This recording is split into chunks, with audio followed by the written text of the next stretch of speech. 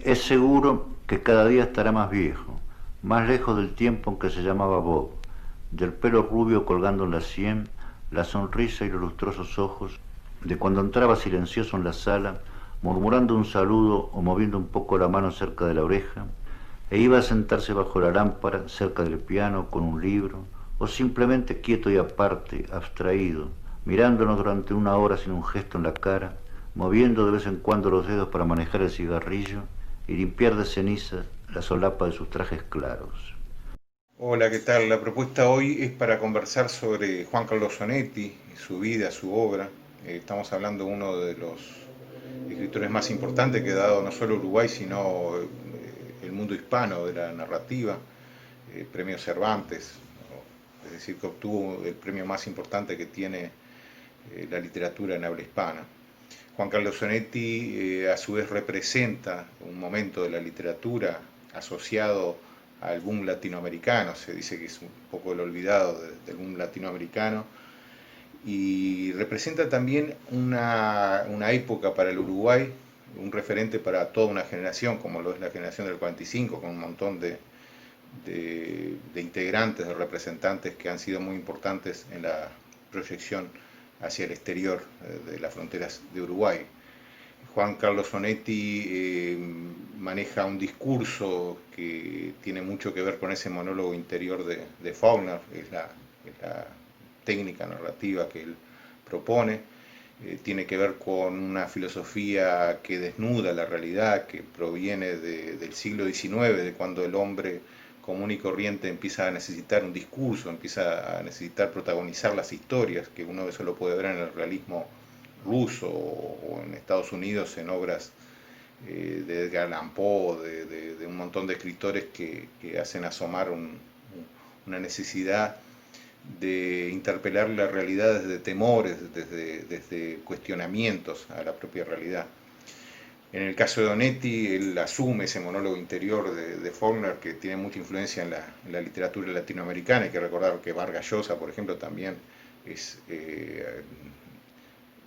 tiene esa filosofía, esa técnica de escritura que tanto representa a un sentir común y corriente, donde nosotros nos sumamos junto con el protagonista a lo que él va viviendo y su interpretación, que incluso muestra debilidades, muestra contradicciones.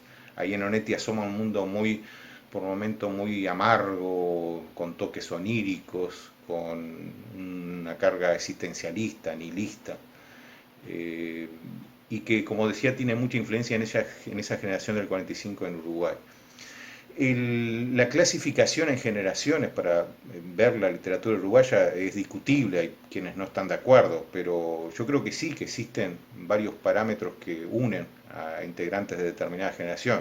Las tres generaciones que son siempre citadas son la generación del 900, la generación del centenario y la generación del 45. Incluso yo considero que uno lo puede esto constatar de varias maneras, pero hay una confrontación, hay un cuestionamiento de la generación del 45 a la generación del centenario, no así a la generación del 900, que es atendida por varias obras críticas de integrantes de la generación del 45. La generación del 900 tiene que ver con el modernismo, con la influencia de Rubén Darío, con la influencia de la literatura francesa, parnasiana y simbolista. Es una literatura inaugural que tiene como dos grandes representantes en Uruguay, a Julio Herrera y Reisig y a Delmira Agustini. La generación del centenario tiene que ver con una búsqueda de Uruguay de algunos símbolos que los representaran. Hay que pensar lo que es la edificación de esa época, los grandes los edificios que nos representan y que demuestran también esa necesidad de buscar símbolos que identificaran al país, al mismo tiempo que crecía un art déco, una construcción, una arquitectura que es muy característica, no solo para Montevideo como capital, sino para Buenos Aires también como capital de Argentina. En esa época, ese nihilismo, ese escepticismo que uno lo puede notar, esa amargura por momentos de Nonetti, que esconde también su cuota de humor. Hay un humor que siempre está encapsulado y que por momentos es también un humor negro, un humor que contrapone ideas por momentos brutales. Eso tiene que ver también con un mundo que luego de la Primera Guerra Mundial, entre la Primera y la Segunda Guerra Mundial, queda con determinada inestabilidad que es proyectada hacia gran parte de la literatura de todo el mundo, ni que hablar con lo que significa los posteriores debates políticos, históricos, sociales que se da en toda Latinoamérica. Juan Carlos Onetti nace en 1909, hijo de un funcionario aduanero, un tercer hijo, una familia de una clase social media, normal, pero sin grandes apremios económicos, con vínculos con Río Grande do Sul, el Brasil, con algunos parientes. Incluso yo, habiendo nacido en Cerro Largo, en Melo, he reconocido en algunos archivos que me han facilitado vínculos con parientes que son justamente de esa frontera de Melo, incluyendo a un par de escritores que tuvieron cierta trayectoria, hoy quizás bastante olvidada. Juan Carlos Onetti nace entonces en el centro de Montevideo, eso yo creo que ya constituye unas características de lo que va a ser el pensamiento onetiano, la visión absolutamente ciudadana.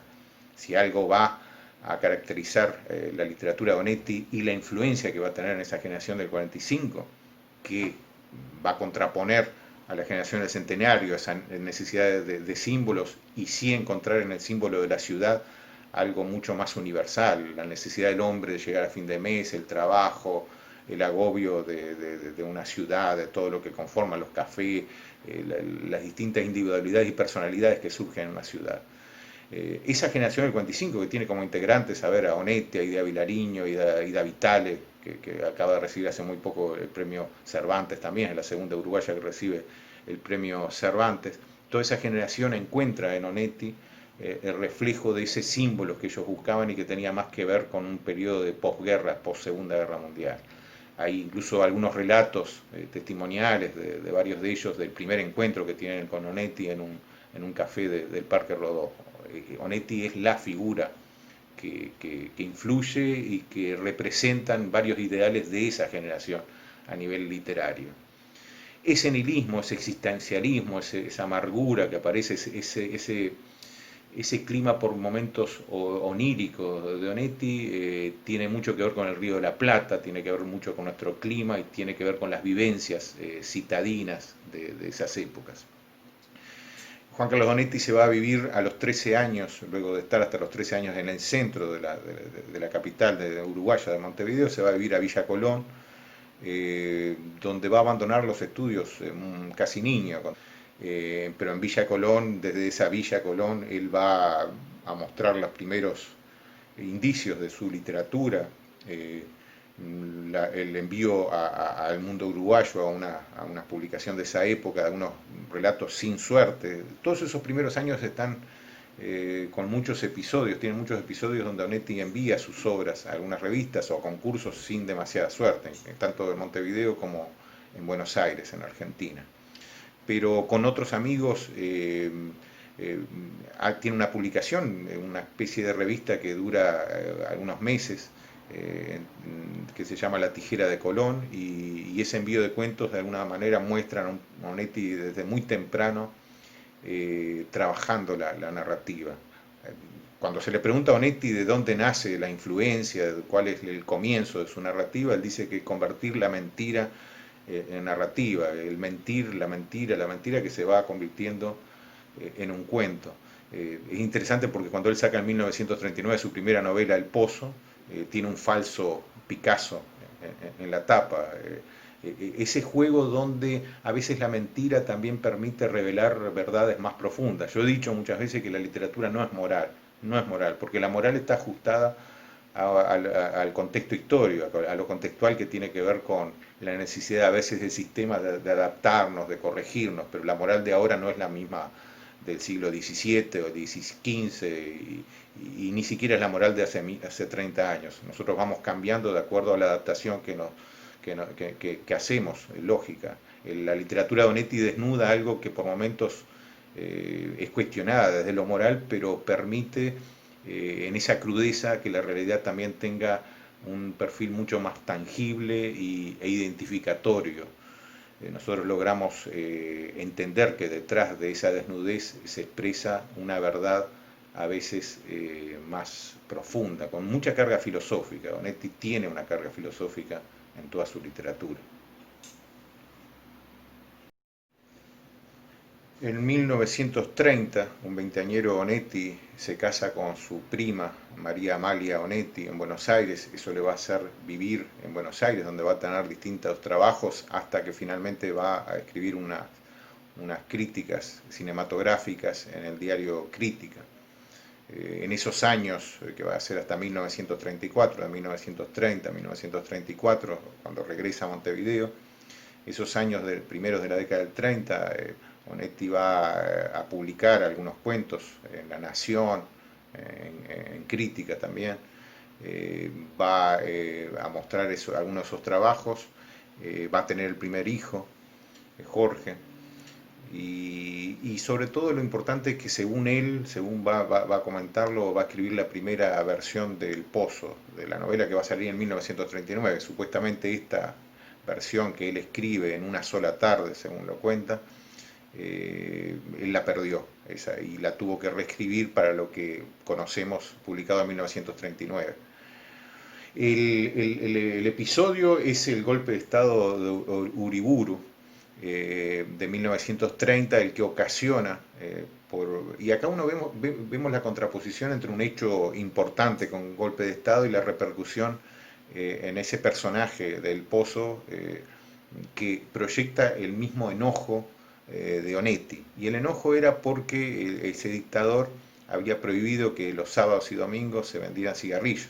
Entonces todos los que tenían el vicio de fumar, el hábito, compraban los cigarrillos los viernes, hacían un acopio de muchas cajillas de cigarrillos para estar ese fin de semana provistos, cosa que Onetti no tiene la precaución de comprar esas cajillas, y eso lo coloca en una situación de muy mal humor, el humor que tiene el escritor y que escribe con mucha rabia, con mucho desenfado, lo que provoca la narrativa del Pozo, que es un relato, según él, quizás sea una forma de justificar también las características de ese protagonista que camina por su habitación y que maneja un discurso por momentos muy demoledor, donde cuestiona absolutamente todo, ¿no? Yo voy a leer algunos pasajes posterior, cuando citemos la publicación en 1939, de lo que significa ese personaje que ya inaugura toda la narrativa de Onetti, todo ese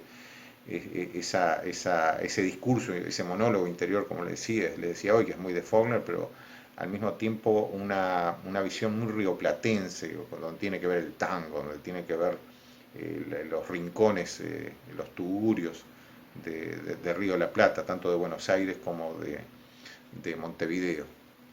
Él se separa de esa prima y se viene en 1934 de vuelta a Montevideo, donde se va a casar con María Julia, la hermana de su primera esposa.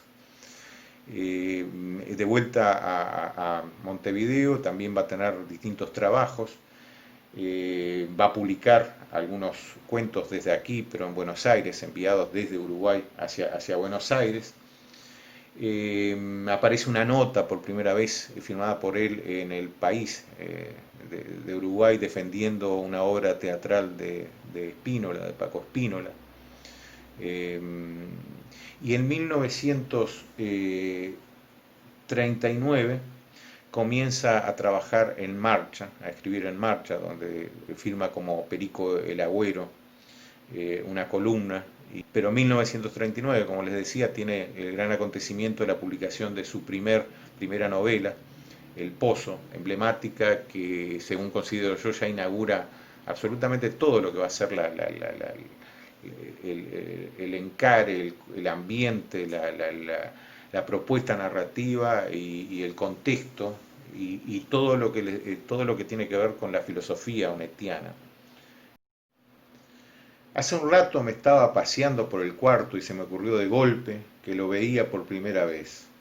Hay 2 catres, sillas despatarradas y sin asiento, diarios tostados de sol, viejos de meses, clavados en la ventana en lugar de los vidrios.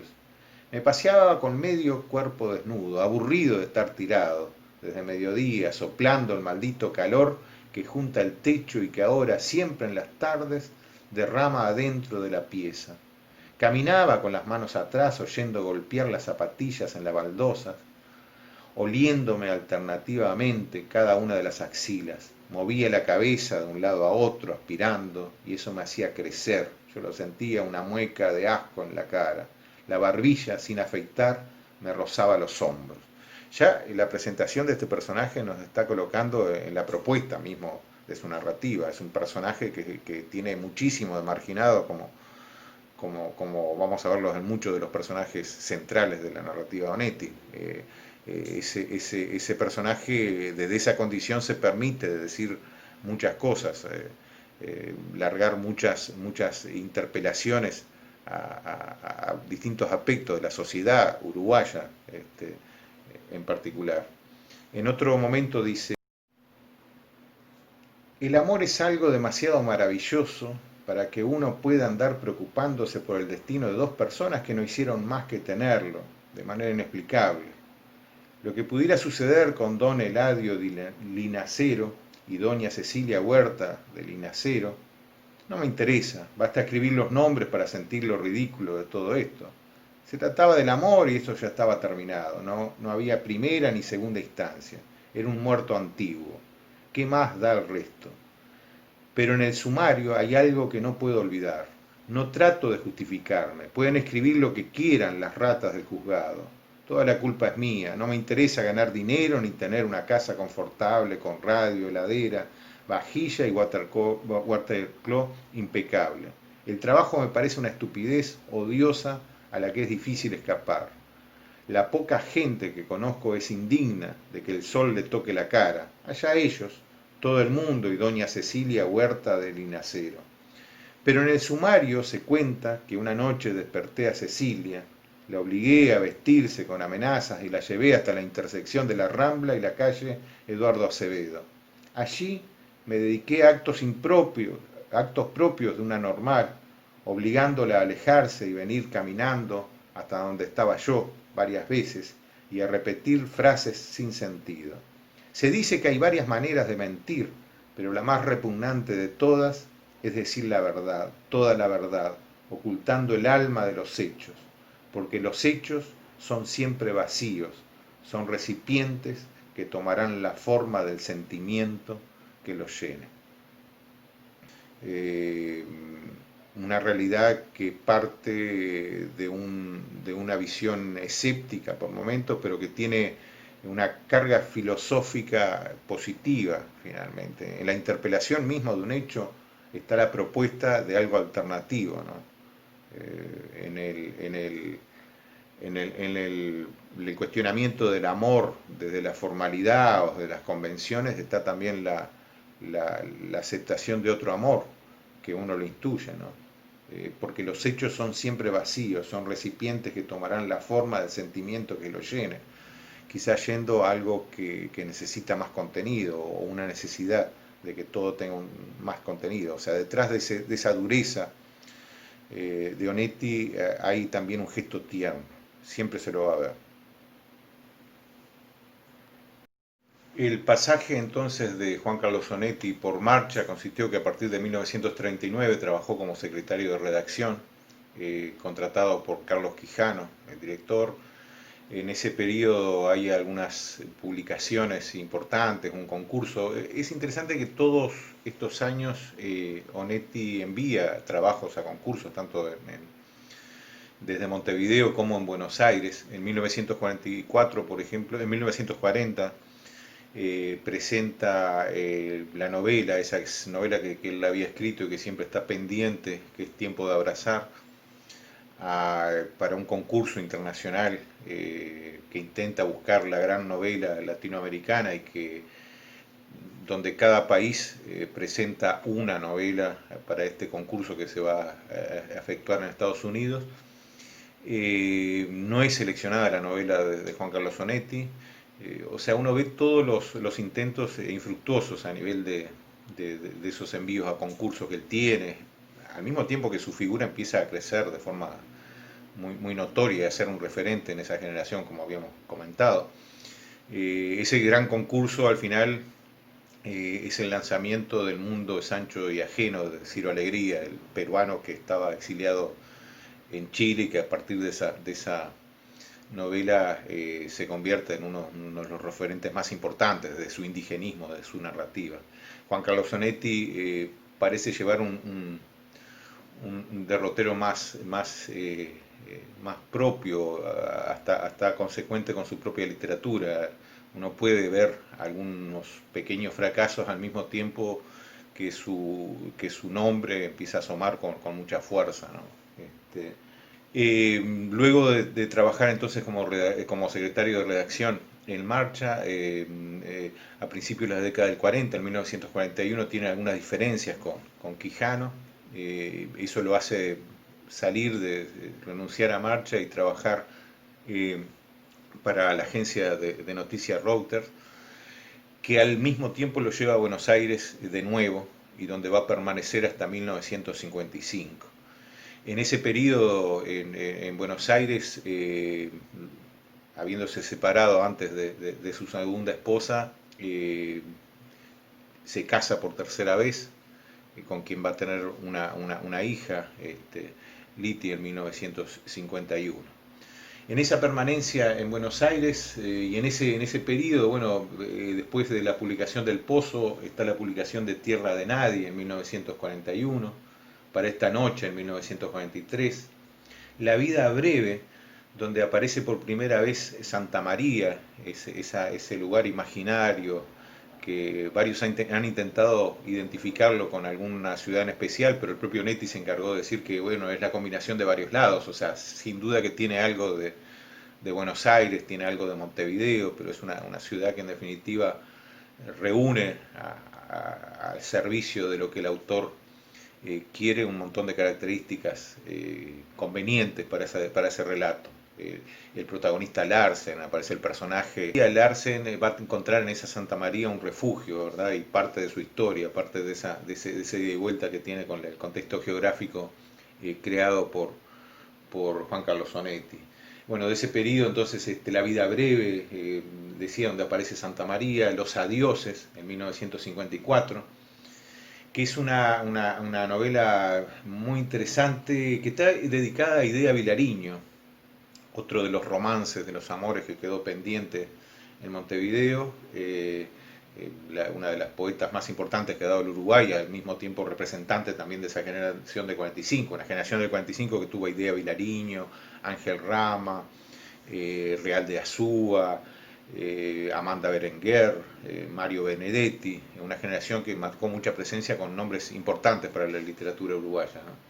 Los adioses está dedicada a Idea Vilariño, con quien había tenido un romance, un amor frustrado con su ida hacia Buenos Aires.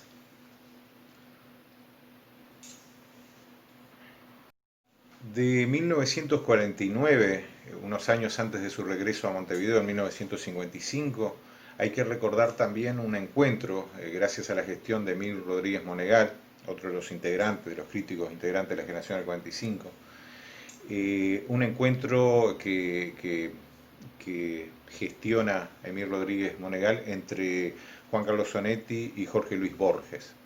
Es un encuentro totalmente frustrado porque los comentarios que hacen uno y otro marcan las diferencias.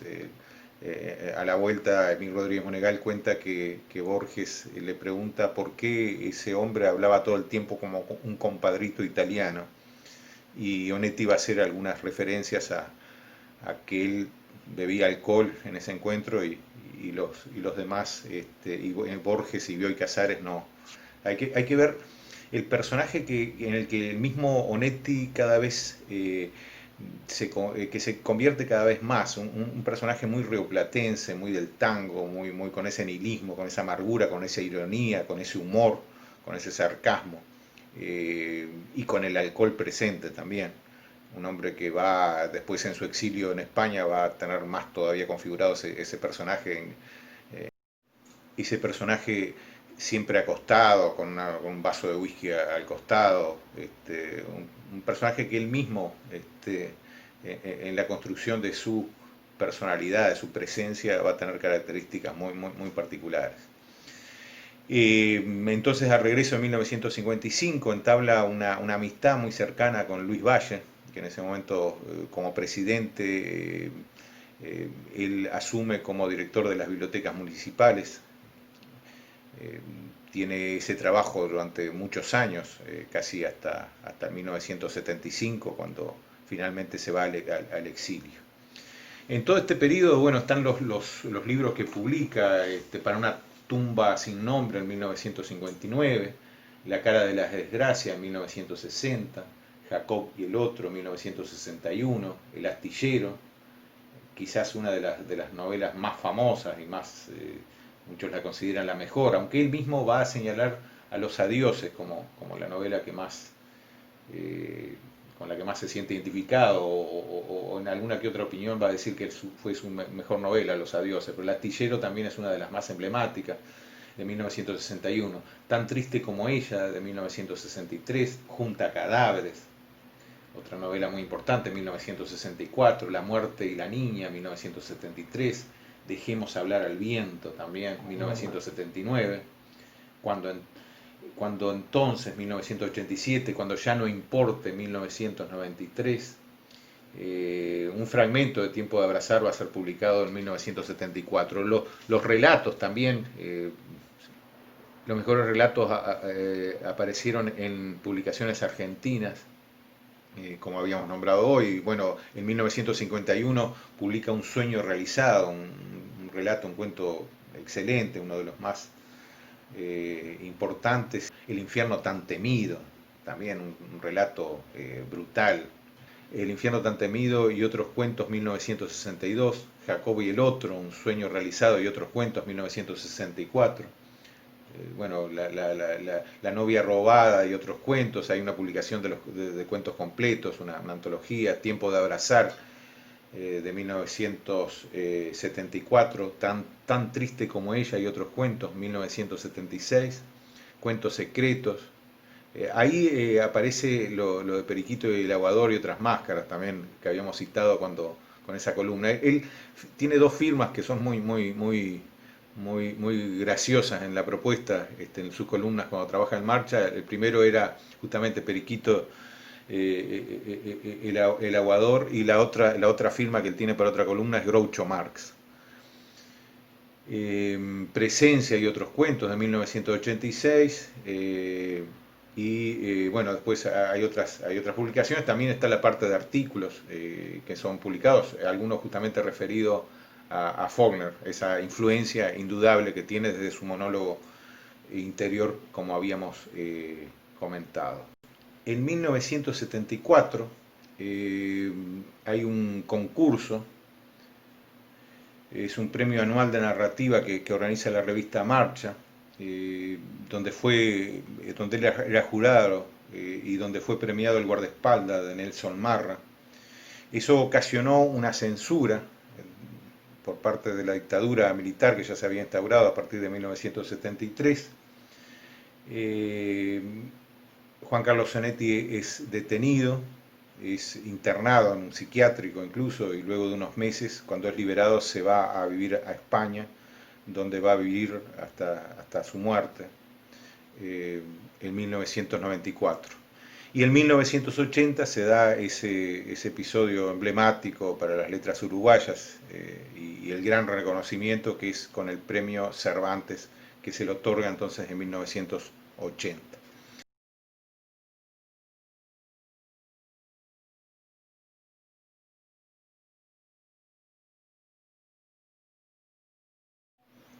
Voy a leer un relato de Juan Carlos Zanetti titulado El gato, un cuento corto.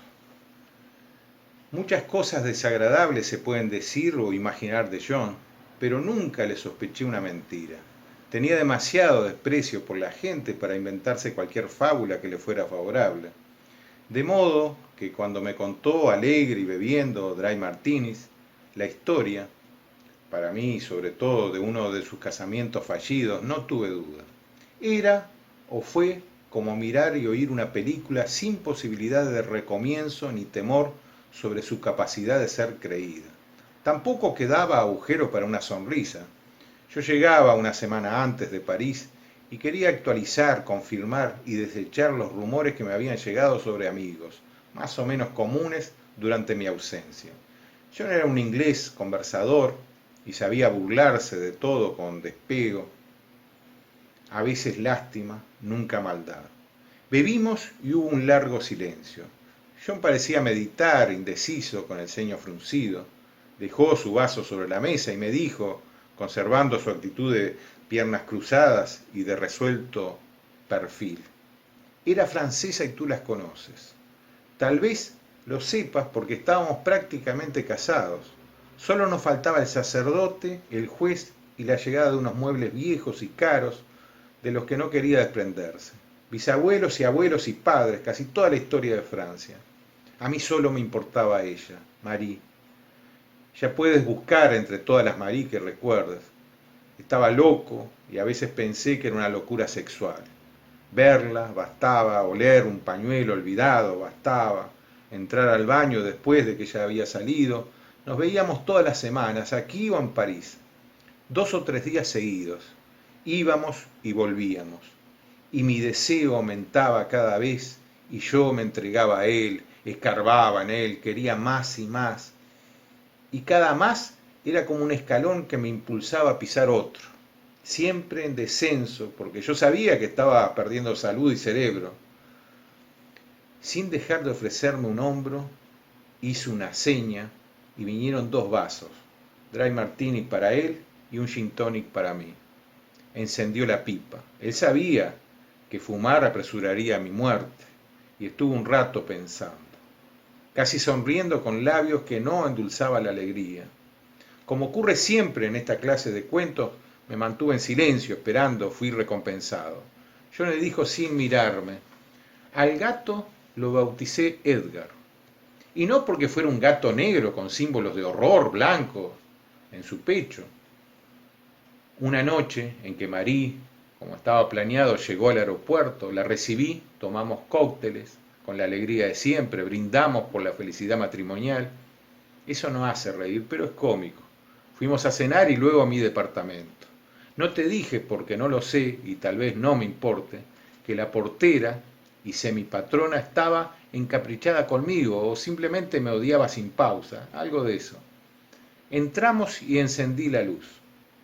Ella no había estado nunca allí. Miró alrededor con una sonrisa que era de aprobación antes de haber nacido y vimos en medio de la gran cama, con su colcha blanca de señorita, un gato negro, grande, gordo, un gato que yo veía por primera vez y que parecía acostumbrado a ronronear allí. Con las patas dobladas bajo el pecho nos miró con ojos curiosos y volvió a cerrarlos. Hasta hoy no sé cómo pudo haber entrado, sospecho apenas. Me adelanté para acariciarle el lomo y la garganta y entonces ella explotó: que echara al gato inmundo, que iba a llenar la cama de pulgas, a grito y pateando el suelo. Yo encendí un cigarrillo y abrí la puerta. Le dije que me había hecho feliz encontrar, por sorpresa, que alguien nos daba la bienvenida. Ella me trató de estúpido y golpeó las manos hasta que el gato corrió hacia la puerta y la sombra del pasillo. Bueno, vamos a ver, a tomar otro vaso, porque ya basta como prólogo. Lo que ocurrió es simple y para mí muy trabajoso de explicar. En aquel momento resolví que yo nunca podría casarme con aquella mujer, que era imposible vivir con ella, ser feliz con ella. No se lo dije entonces, y el resto de la noche, hasta el cansancio de la madrugada, pasaron como lo presentíamos y lo deseábamos. Bebió de un trago, encendió nuevamente la pipa y sonrió alegre y desafiante. Ahora se volvió para mirarme en los ojos y dijo: lo que explica para cualquier tipo inteligente por qué desde entonces solo he tenido aventuras y me he propuesto que duren poco. Este texto que está al comienzo de El astillero reúne varias de las coordenadas del mundo onetiano, fundamentalmente acá con la presencia de Larsen y de Santa María. Hace 5 años, cuando el gobernador decidió expulsar a Larsen, o Junta Cadáveres, de la provincia, alguien profetizó en broma e improvisando su retorno la prolongación del reinado de 100 días, página discutida y apasionante, aunque ya casi olvidada, de nuestra historia ciudadana. Pocos lo oyeron y es seguro que el mismo Larsen, enfermo entonces por la derrota, escoltado por la policía, olvidó enseguida la frase, renunció a toda esperanza que se vinculara con su regreso a nosotros. De todos modos, 5 años después de la clausura de aquella anécdota, Larsen bajó una mañana en la parada de los omnibuses que llegan de Colón, puso un momento la valija en el suelo para estirar hacia los nudillos los puños de seda de la camisa y empezó a entrar en Santa María, poco después de terminar la lluvia, lento y balanceándose, tal vez más gordo, más bajo, confundible y domado en apariencia. Tomó el aperitivo en el mostrador del Berna, persiguiendo calmoso los ojos del patrón hasta obtener un silencioso reconocimiento. Almorzó allí solitario y rodeado por las camisas a cuadros de los camioneros. Ahora estos disputaban el ferrocarril, las cargas hasta el Rosario y los pueblos litorales del norte. Parecían haber sido paridos así, robustos, veinteañeros, gritones y sin pasado, junto con el camino del macadam inaugurando unos meses atrás. Se cambió después a una mesa próxima a la puerta y a la ventana para tomar el café con gotas. Son muchos los que aseguran haberlo visto en aquel mediodía de fines de otoño.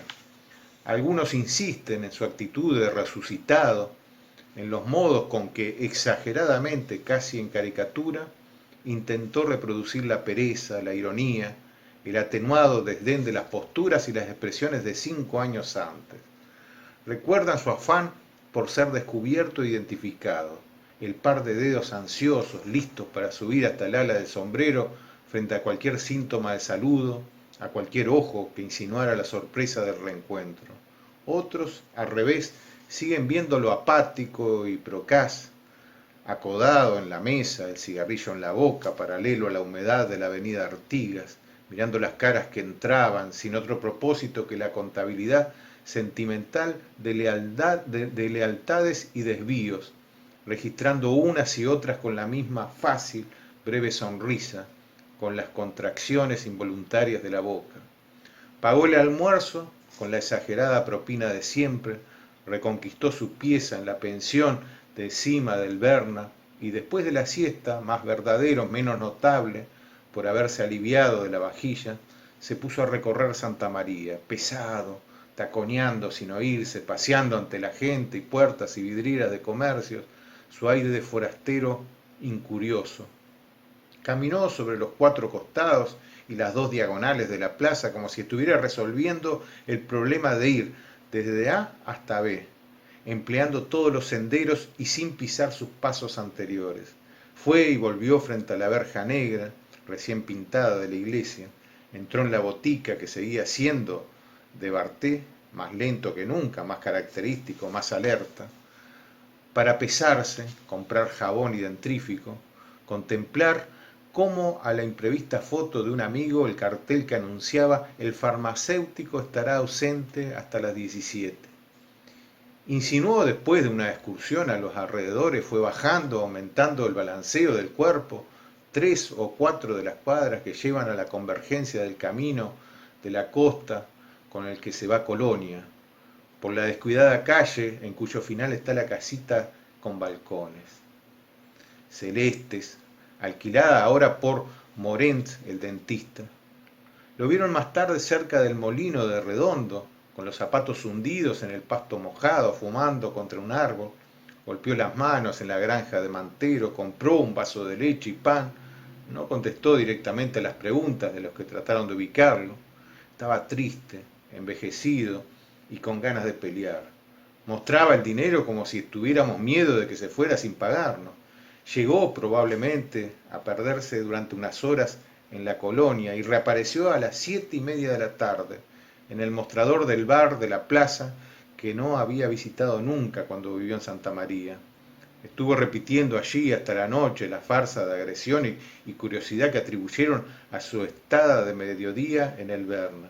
Disputó benévolo con el barman, con una tacita mantenida alusión al tema que llevaba 5 años de enterrado, acerca de fórmulas de cócteles, del tamaño de los pedazos de hielo, del largo de las cucharas para revolver.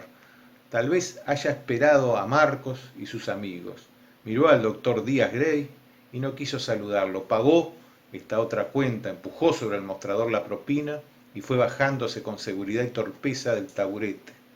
Fue caminando por la tira del linóleo, balanceándose con el premeditado compás corto y ancho, seguro de que la verdad, aunque marchita, iba naciendo de los golpes de sus zapatos y que transfería al aire a los demás con insolencia, con sencillez. Salió del hotel y es seguro que cruzó la plaza para dormir en la habitación de Berna, pero ningún habitante de la ciudad recuerda haberlo visto nuevamente antes de que se cumplieran 15 días de su regreso. Entonces, era un domingo, todos lo vimos en la vereda de la iglesia. Cuando terminaba la misa de 11, artero, viejo y empolvado, con un diminuto ramo de violetas que apoyaba contra el corazón, vimos a la hija de Jeremía Petrus, única, idiota, soltera, pasar frente al Arsan, arrastrando al padre feroz y giboso, casi sonreír a las violetas, parpadear con terror y deslumbramiento, inclinar hacia el suelo un paso después, la boca en trompa, los inquietos ojos que parecían viscos.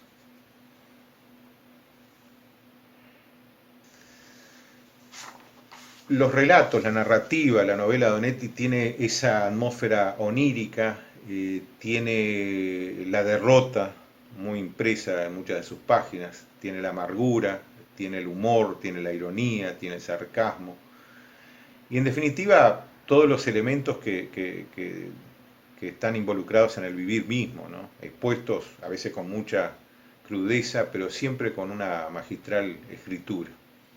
Juan Carlos Onetti es alguien absolutamente ineludible y al que conviene volver cada tanto, al que conviene repasar en algunos de sus momentos más importantes que ha dado la literatura, tanto en su relato como en su novela. Quizás algunas de sus novelas lleven algún tipo de esfuerzo para meterse en esa atmósfera. Los relatos cortos tienden a ser más fluidos, más palpables en lo que propone, pero toda la narrativa de Onetti por supuesto que tiene una unidad muy grande, desde ese monólogo interior que uno lo puede identificar con Faulkner, con esa presencia del río La Plata, de esas ciudades que él donde estuvo de forma constante en ese ida y vuelta, de su Villa Colón, que también está presente en algunos relatos figurados de pronto hasta con otros nombres, pero con otras características, pero esa infancia y adolescencia también fue importante para Juan Carlos Onetti, pero sobre todo los ciudadanos de Montevideo y de Buenos Aires uno lo palpa de forma constante. Espero que les haya gustado este acercamiento a Juan Carlos Onetti, nos vemos la semana que viene. Les mando un abrazo grande a todos, esperando que estén bien.